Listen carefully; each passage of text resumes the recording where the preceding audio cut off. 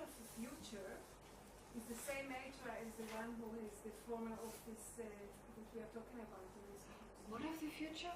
Maître. Maitreya, future Maitreya. Ah. Is it the same one? Yeah.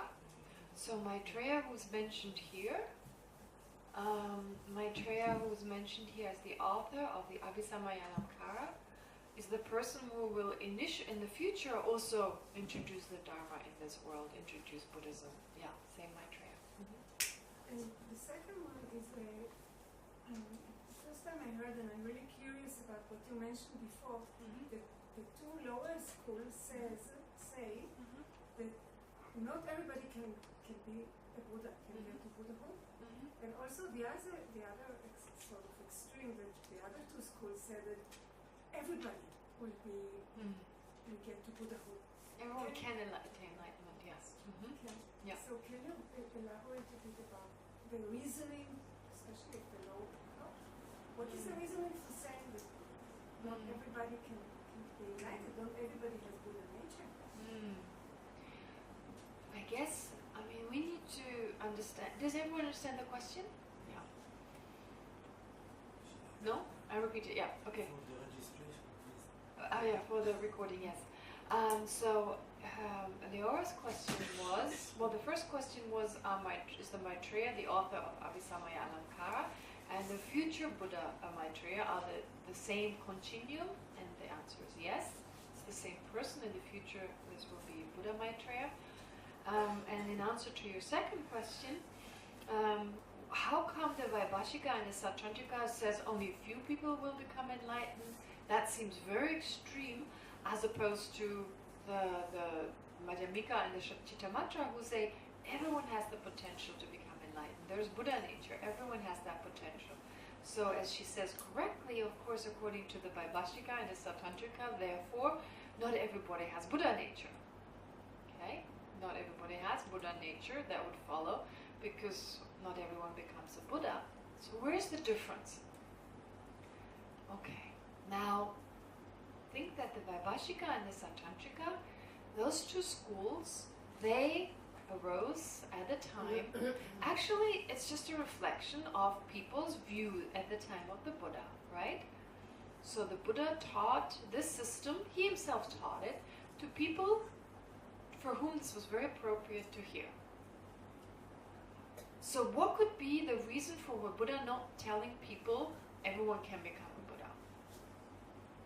Why did they assert this? Why did they hold that assertion? Well, think about what appeared to them, how it looked, what it seemed like. What does it seem like when you just see the Buddha? What does it seem? There's this amazing being, and then there's everyone else, right? So we need to be aware that somehow with Buddha Shakyamuni we have the people around at him at that time. Remember I said that it's not only the Buddha himself or herself, it's our karma. So at this point in time, 2,600 years ago, the explanation is usually that from a Chittamatra and Prasangika school point of view, we have to have a very strong connection to the Buddha, very strong connection. And then the people at that time, very strong connection to the Buddha. So there were these people who would actually perceive the Buddha, quite a big group of people. And they had that strong connection with the Buddha. There may have been other Buddhas, but they didn't have the karma to perceive that person as a Buddha. So all that was, like when you look around, even in this world, we have amazing lamas. But unfortunately, it's not like our neighbor is a lama, and this neighbor is a lama, and our teachers are lama. It's limited. There's a certain amount, and that's it, because this is the karma we have to enjoy the presence of those lamas. And with regard to some, we just believe people say they're special, they must be, but we don't feel it. There are actually quite a few people that we feel they're special. It's not that many. It's like an emotional response to them. And so basically, at the time when the Buddha was around, there was a sense, well, there's this one special person, right? There's one special person. And it was overwhelming. It was overwhelming. And if we think, you may think, well, in the 21st century we can think, everyone has Buddha nature. Well, maybe we were around at that that time, and that time we couldn't think. It was too much for us now, for our mind, that was too overwhelming. Everyone can be like that? Whoa, now that, if I look at my own mind now, it's hard to believe, seriously. It's hard to believe I could be a Buddha. Okay, it's really hard to believe, honest, to be really honest. I look at my mind, I look at the balagan, I'm thinking, how is that possible? So let's say the people who are now even believing that, well, they were possibly around at the time of Buddha Shakyamuni. It was maybe us at that time. It was maybe us at that time. And so at that time, we felt like, oh, well, some people can, but I cannot. And for that, for those people, the Buddha then taught, because otherwise it would have fallen into some kind of extreme. Everyone can become enlightened. Are you kidding me? Look at these people, It's impossible. And maybe even lost the belief in anyone becoming a Buddha. So some special people, okay, but not everyone. So the motivation to practice is liberation, or even liberation. Liberation. Everyone can become liberated, but only very few people can become a Buddha. Oh yeah, that's important, of course. And they have all these stories, these arhats, those arhats, so many people became arhats, which means liberated. So liberation, absolutely no problem. But you see, the Buddha also taught the Mahayana in secrecy. The Buddha didn't teach it all openly.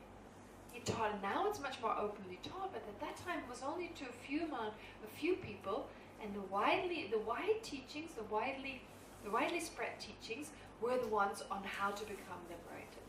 It was probably too overwhelming, and maybe people, because of course in the tradition, the Indian tradition, the philosophy that existed, no one talked of enlightenment. Moksha, yes. Liberation, nirvana, yes. Those ideas existed.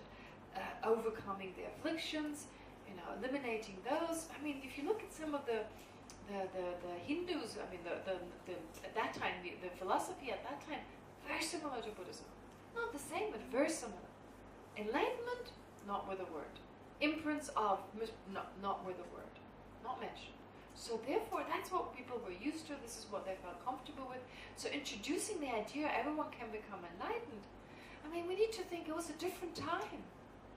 Nowadays, with modern psychology anyway, I mean, everyone is pretty equal. We can all, we have such scientific knowledge too, that the idea we're all equal.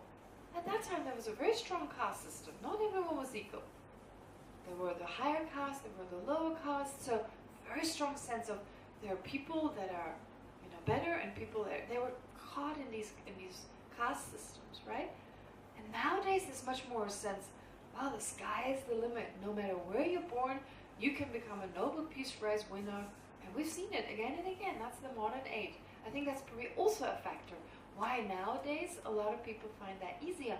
But let's also not ignore that there are definitely countries and strands of Buddhism where people believe not everyone can become a Buddha. It's widely spread in other countries where there's the idea everyone can become an arhat, but Buddhahood, very rare.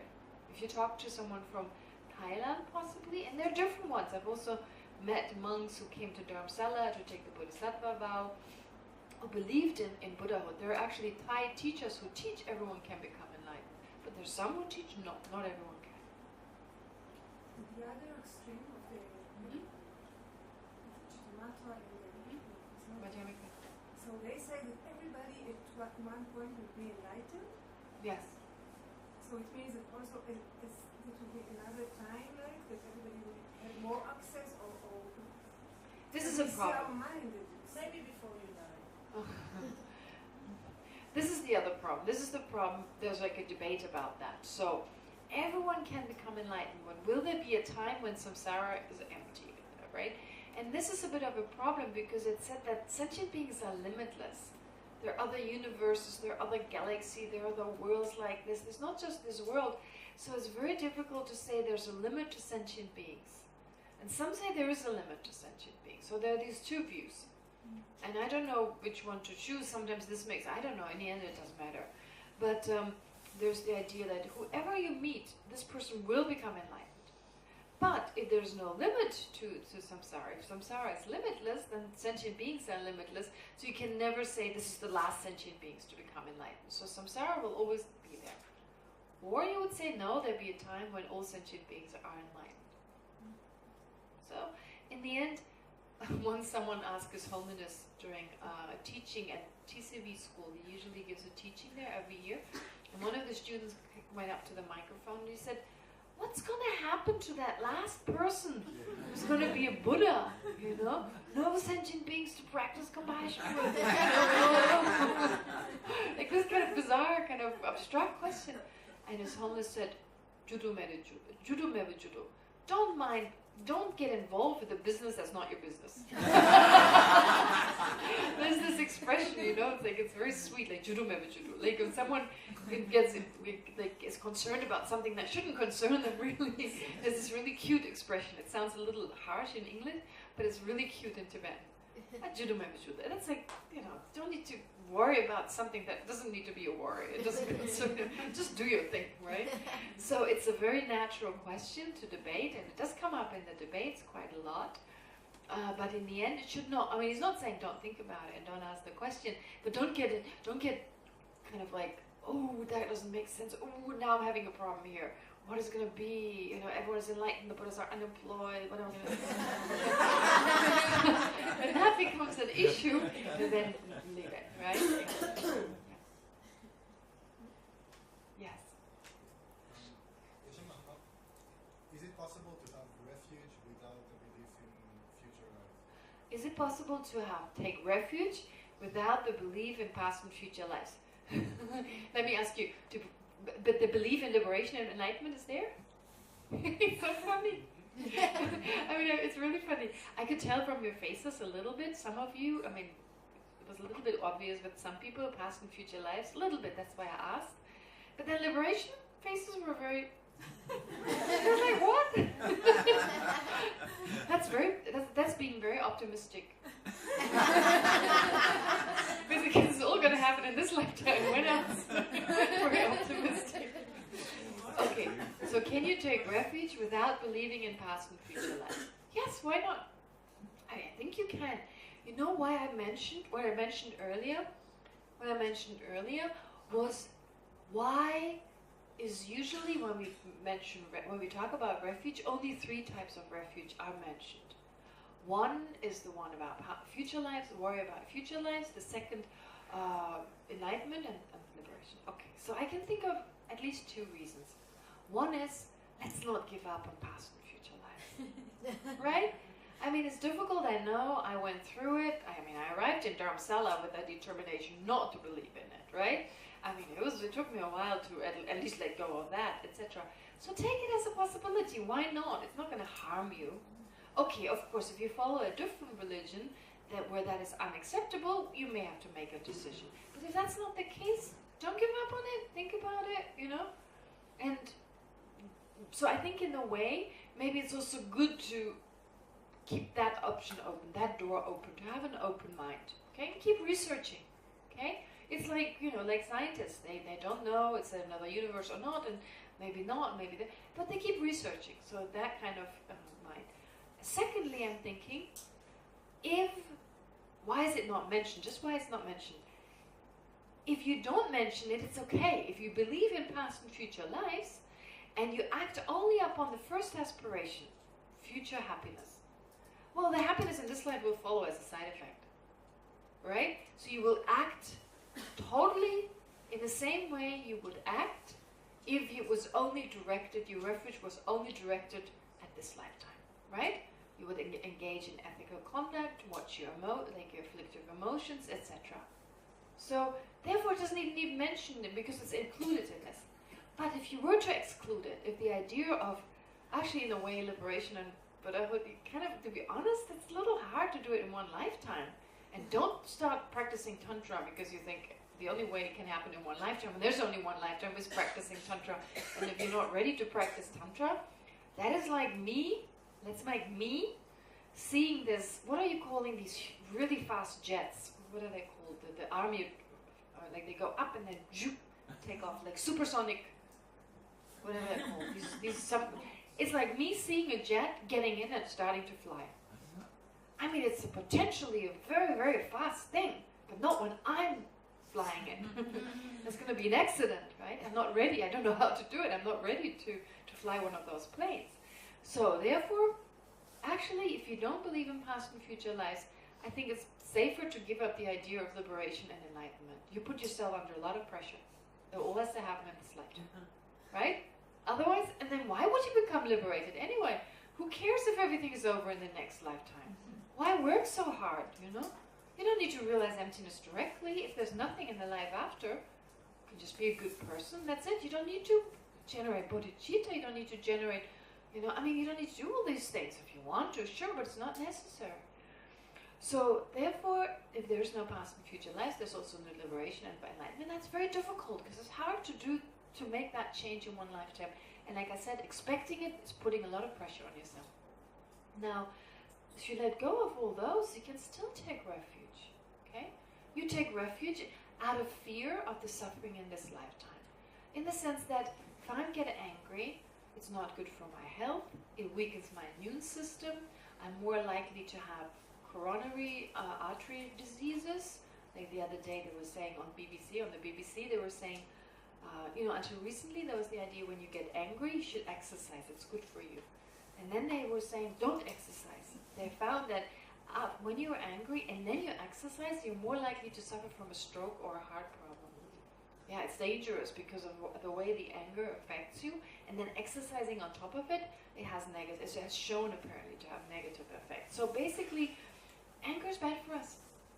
So out of physical reasons, I mean, it's better not to get angry at the time when anger otherwise would arise.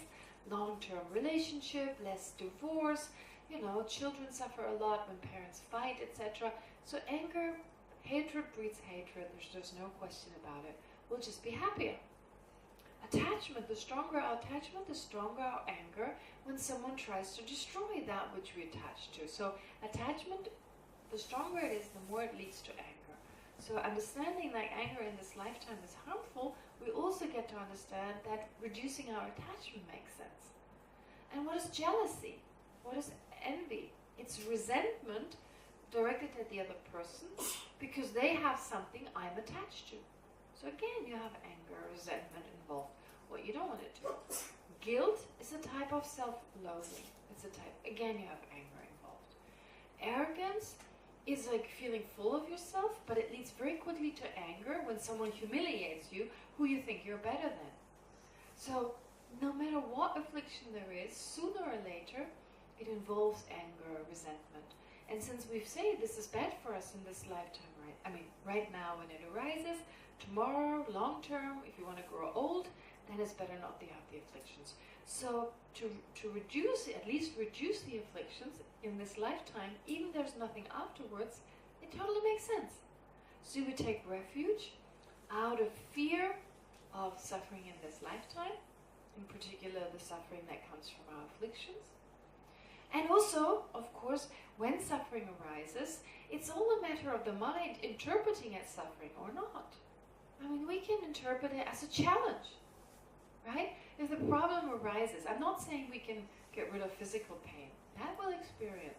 But the problem is often that we feel, oh, this is so bad. I don't want this to happen to me. Why does this happen to me? And then the depression arises. Whereas if I were to say, oh, I'm glad it happens to me and not to my children. Or, what a good experience for me to see, you know, to watch pain and the reaction in my body. Or, you know, what a good possibility to become more realistic. That's life. Sickness is part of it. You know, there are a lot of positive ways of thinking of pain, thinking of objects, and seeing them as, thinking of misery and pain, etc., and seeing it as an opportunity to grow, as an opportunity to become more mature, as an opportunity to become more compassionate. So therefore, out of fear of suffering in this lifetime, which means kind of getting depressed about whatever problem arises, I take refuge in the Buddha Dharma Sangha, having faith that first of all, they help me to not react with anger and hatred, etc. And secondly, they help me to take on whatever problem does arise and interpret it in a positive way. See it as an opportunity to grow. See it as an opportunity to become stronger, more resilient, more mature, and more compassionate. So that would work. Yes? The next question was, there was another cause for refuge, which was fear. Yeah, fear of suffering, like what I said. Yeah, what I just said. Yeah. And I was really sitting and thinking about it with one of my teachers, and my ego is afraid of the idea of at the end of this life, it's all gone. And sometimes I used Not to... everyone's ego. I checked that. Okay. Just recently, I said in class, I mean, I just reminded of a class I taught, and I think you had already left. What was the question? Oh, sorry, the question is, well, anyway, I actually interrupted him. He never got to ask a question. Sorry. He said also, he said his ego is afraid of the possibility that there is no future lives, because that means he goes out of existence at the time of death. So actually there's a fear that his ego goes out of existence. And then when he said that, before I gave him the opportunity to ask his question, I interrupted him and I said, that's not true for everyone, because that's what I thought was true for those who not believe in past and future lives. But I taught a class in Dharamsala just recently, so allow me to continue interrupting him. So there was a class that was after he left Eris. It was this class I'm teaching in Dharamsala, and at that time I brought up the same point. Actually, there's more fear of death, because if there's the thought, oh, when I die, everything is over, you know, there's much more reason to be more afraid. And there was one of the group, you know, Aiden. Yeah, you remember Aiden. So Aiden, he's British. So Aiden, he said, no, that's not true. For me, it used to be, wow, how great, I'm gone, it's all over. It was a relief. For him, it was a sense of relief, everything being over. He said, I started worrying once I learned about Buddhism. I started worrying about death once I heard about Buddhism, because until that point, I was also only a sense, it'll all be over. So I thought also, I mean, the thought I would get out of existence, there'd be fear of being annihilated, but I think that's just a personal situation. Yeah, go ahead. Yeah, I just thought about it as a stepping stone, because usually I used to think about rebirth as something that was shoved down my throat in different religions and different traditions. Whereas this was the first time that I actually thought, well, I'll actually be happy with rebirth. Oh, yeah. Because there is something that actually continues. Okay, so you said there's actually, previously there was more of a sense of fear maybe in terms of, in other religions, like, you know, like a sense of being punished or whatever. And then in the case of Buddhism, he felt there was a sense, although, as we've heard from Eris, still a problem with accepting past and future life, but still there was a sense, oh, now this would actually be a relief that I continue. I think in my case, it depends how I feel. When I feel good, I don't mind it continues. When a lot of crap happens, I'm thinking, oh, I wish there was nothing afterwards. It continues like that.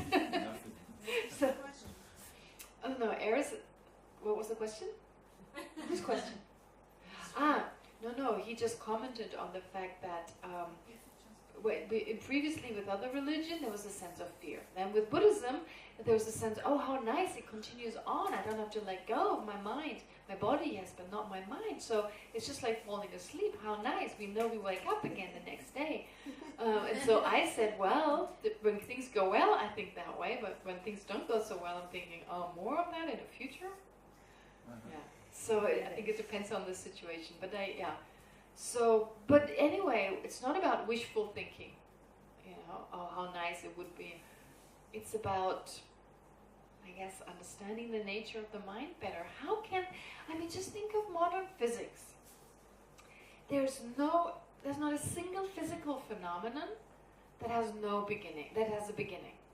There's not a single physical phenomenon that is without beginning. Right?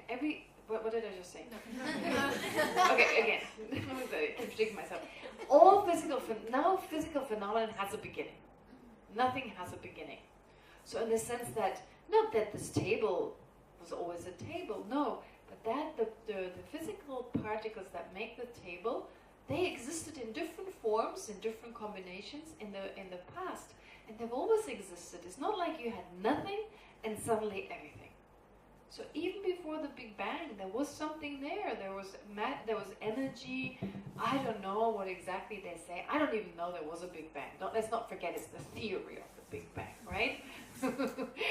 Sometimes scientific understanding, discoveries. Please check whether there's the word theory. No, I'm just kidding. But sometimes we believe. So, but let's say there was the Big Bang. I mean, it makes total sense.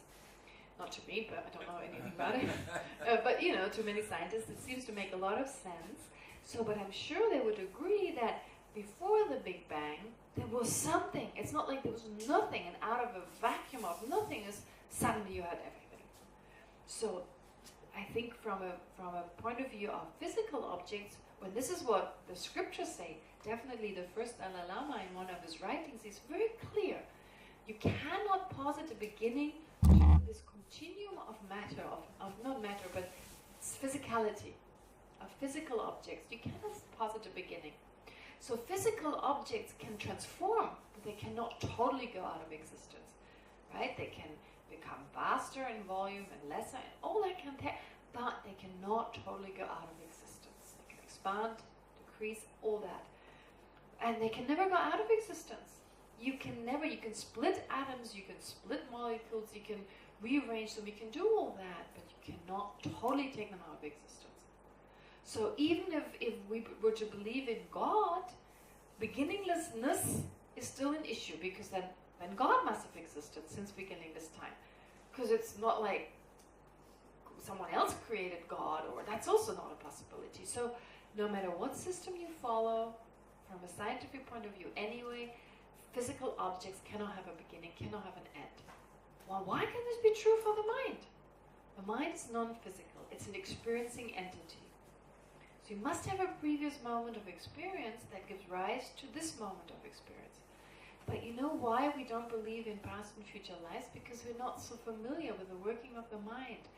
It's more of a matter focusing more, doing meditations of focusing on the mind, focusing on the mind. When you understand the mind better, you understand it's very different from physicality. So how can you have something physical giving rise to this unique experience then? Right? And it's not like a part of my parents' consciousness kind of combined. My father's consciousness, my mother's consciousness, they came together and now I have their consciousness. That's bizarre. That's bizarre. I mean, that's really not what happens. Our bodies, yes, but kind of drops of awareness kind of falling down into my body. That would be the only possibility where you have consciousness preceding this, but it's not like I became my mind. I would have to have the memory of my parents. I would have to have, there's certain things like something. I'm a totally different person, likes and dislikes. There's similarities in the DNA and all that. But I don't think that really if it was my parents' consciousness, why would I need DNA in the first place? Right? For mental kind of preferences and so forth. I don't know. You could argue against it or for it, but basically the point is to dig deeper and keep an open mind. Yeah. Yes, you had a question initially, I forgot. Please, From I last would like a clarification please. for the answer was just given to Er's question. Okay, please. What is the... That it is possible to take refuge in the Buddha Dharma Sangha in this life only. Yes, I agree. I do think it's possible to take refuge in this lifetime, to take refuge in the Buddha Dharma Sangha only considering this lifetime. So my clarification I'm asking for is, I thought that the minimum was in order to call myself, to take refuge, to call myself Buddhist, was believing in accepting things. And now I understand that it's all possible only for them.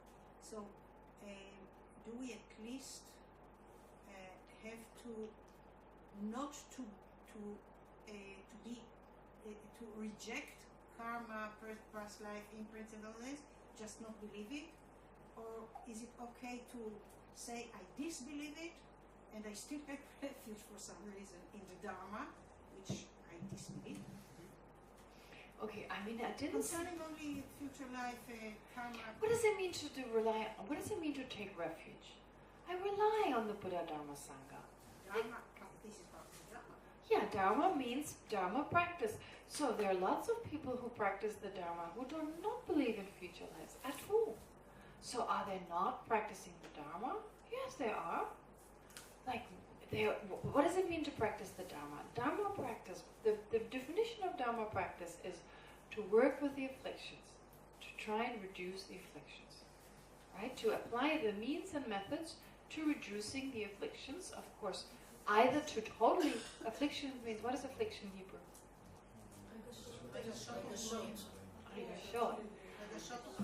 So, it means basically anger, attachment, etc. So those negative, harmful emotions, trying to reduce them and possibly eliminate them.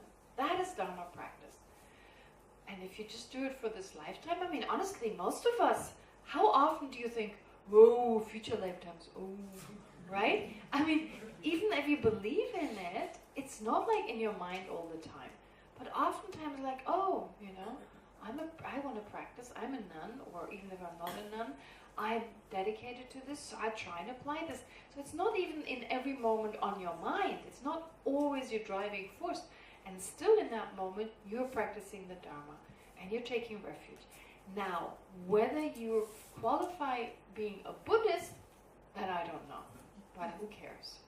It's just another label. I don't know. The definition of being a Buddhist is taking refuge. But it may be taking refuge with those the three causes, like from the point of view of fear of future life, fear of suffering, and fear of other people.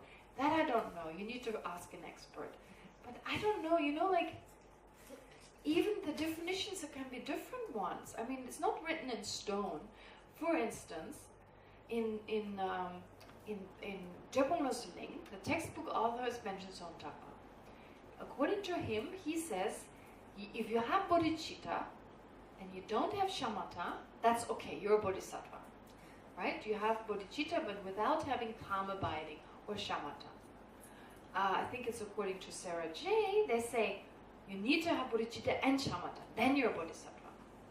So, according to Benjamin Sontagma, you can call yourself a bodhisattva a little earlier.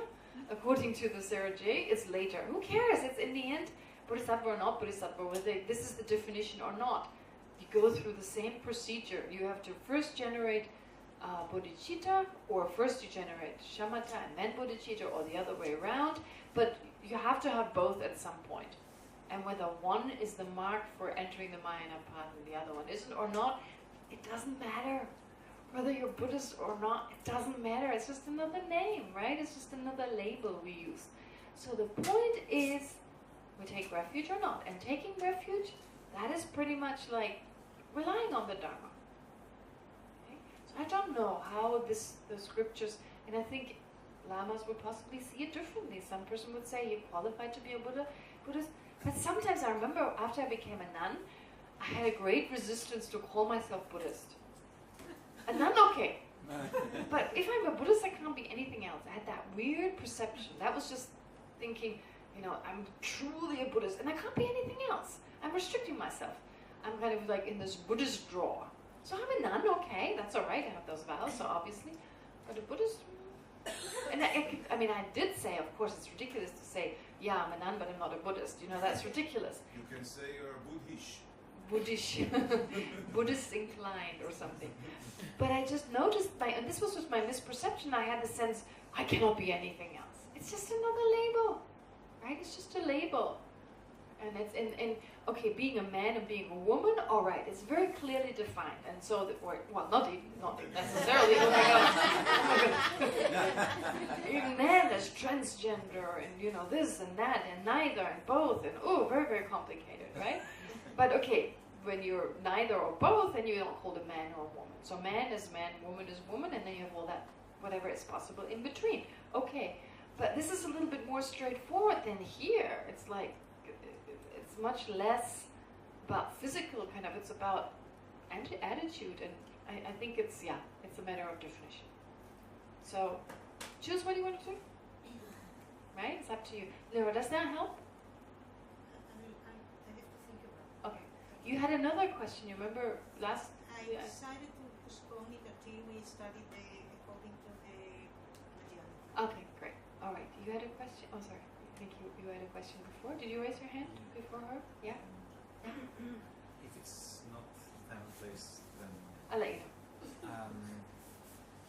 When you said there's a difference, like that you don't understand the motive for enlightenment or awakening, if you don't believe in next life or in future life, I don't understand so much the difference in perspective between thinking there's nothing afterwards and thinking there's future life or past life, because at least in my point of view, it's the same. Because no, for me, I'll be gone anyway, right? This kind of very abstract consciousness is equal to any other consciousness in its essence. It's not me who is going to suffer or having pleasure or being. It's not me, the person. So why should I feel any other way to each of those? Okay, let me ask you a question. If I give you a glass with poison, it's going to make you sick next week. You should drink it. The person next week is not you. It's a different body.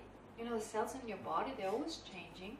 Your mind is going to change, so nothing about you remains the same. No, the perspective is the same. It's still the perspective of me.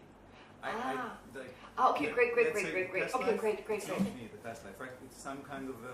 oh, because you remember, there's a sense it's still me. Okay, all right, great. So if you knew you're going to suffer a memory loss next week, you know you will not remember what happens in this week, right? Will you drink the poison? Because you will not remember. There's no connection. Next week, there's a sense, this is not me, this is a different person. This is a different, in a sense, like you will feel that way. I wouldn't want to hurt the Pardon? I wouldn't want to hurt the person, the new person that's going to be next week. You wouldn't want to, even though you have like no rationalize, recollection. right? If you're talking very rationally, of course I have this. I have the. I have these feelings, right? But if I'm trying to think it rationally, if it's a new person, I don't want to hurt him. Okay. All right, let me just ask you. So he's basically saying the person in the next life is a different person altogether. Who makes us a person? Who makes us? Is it our body or is it our mind? What is most important? What do you feel is more you? Is it more your body or is it more your mind? I think it's the idea of personality. I think you can put me, let's say, put my brain in a jar and it still would be me, but... You put your brain in a jar and it's still you? You know this idea of brain in a jar? I mean, a brain of you alive? Oh no, that wouldn't work. That wouldn't work. You wouldn't put a... No, like, and just having the same quality, the same experiences, right? It would still be my favorite. It doesn't matter if I have a body or in a jar and I don't know it, right? So you're saying if you were able to continue to exist, like let's say all you were, like science has found a way to preserve the brain without the body, which would mean, what's your name? Yotam. Yotam. So Yotam exists in a jar now. Yotam in the glass. So he's this brain. Let's say it was possible. I mean, who knows what science is able to do? I mean, we've been astonished again and again. So Yotam in that jar. This brain, is Yotam would be there, right? Yes, okay, let's say that would work. You wouldn't see anything, sorry. You wouldn't taste anything, and you know, but you... It's not what I'm sorry. It's not working? I'm just some kind of, I meant it like matrix-wise. I like the matrix. It doesn't matter if it's the body Your or software just... is transferred. Your software is still there. Yeah, exactly. It's the same software. But you're believing in a separate self here, it seems. Like, who are you as a person? Is there anything, when you say your personality, what are you talking about? Something that is not your consciousness? When you say personality, give me an example. You're kind. That's your mental consciousness, your kindness. You are quick to make a decision. That's your mental consciousness that does that. You are a good cook. Smart. It's your mental consciousness. Can you tell me any personality trait? Unless you're saying, okay, I'm versed, I can lift high, you know, okay, then it's more the body, right? Of course, the brain is also needed to be able to do those movements, but we focus more on the body. Basically, your non-physical personality trait, and are not associated with running fast, etc., they're all mental. Can you give me an example of something? Can I add something? Yes. I feel the same as him. Please. I don't remember my last life. I don't care like how my mind died in the last life, and he doesn't know anything about this life. Yes. So if I take forward the same to the future, when I die, I don't know what will be in the next life. Yeah. Okay. First of all, how do you know for sure that the person in the previous life didn't know about you? Like he don't know about you. Well, that doesn't mean. I mean, sometimes I know things and sometimes I don't know things, so that's not a big... And you know it at the end of your life, hopefully. So maybe, after a few years, you know about the future. I'm just saying, we don't know really, but I agree with you. Of course, there's a sense. But is there a sense, do you remember when you were a year old? Do you remember when you came out of the womb of your mom? No. Not at all, right? No memory. No memory. And still there's concern with regard to, if times when, let's say, there's a surgery ahead of us and we will be unconscious for like many, many hours, we'll still be concerned, even though we will not be aware of me while we're in the surgery, and when we come out of it, we have no sense of a connection between that person, right? Does that make sense? If you're, what's the word? Anesthetized? Anesthetized. When you're anesthetized, let's say there's a huge surgery and they have to, put you to sleep for, 24 hours, right? The person who is in that state will not remember you before, will not remember you in the future, and still there's a sense, this is me, this is my consciousness, although it is asleep. Look at night. When you're in a dream, you can be someone totally different. You're a different person, you don't connect back to your past, you may even imagine you're a different person, and still there's a strong sense, this is me, and you look after your mind. It's a continuum of your consciousness, which is sometimes coarser, very much dependent on the brain, and then there's subtler types of awareness when we fall asleep, and we still protect that, right? And only because I don't remember, oh my God, I don't remember much of my past. I mean, how much do I remember of yesterday, of the day before? This is why witness statements are ridiculous sometimes. 5 different people, and 5 different people I remember, right? So therefore your question, Yodam, your question is, your main traits come from your mind. So what you talk about personality traits, they come back to your mind, right? Give me one trait of yours that does have nothing to do with your body or your mind. Can you think of something? No, of course. Of course not, right? Yeah, so there's this very popular meditation that is done. You visualize yourself in a vessel, and you remove every part of your body, and you remove your mind, and this is something left in that vessel. And of course there isn't something, so we're really basically consistent of mind and body, right? And so the mind is that which is continuing, the main thing we have, the mental consciousness, that goes on. So even though it doesn't feel that way, but I'm still concerned, because this consciousness, it will still suffer. Tomorrow's me is not me right now. The mind has changed. And still, there's suffering. There's no experience of suffering. That's the whole thing of it, selflessness. But it feels that way. It feels that way. And therefore, I'm slightly concerned. I'm not slightly, I mean, concerned, what's going to happen? What kind of body am I going to get? What's my life going to be like? Even if I were going to be a slug, not a slut, slug. What is a slug? Yeah.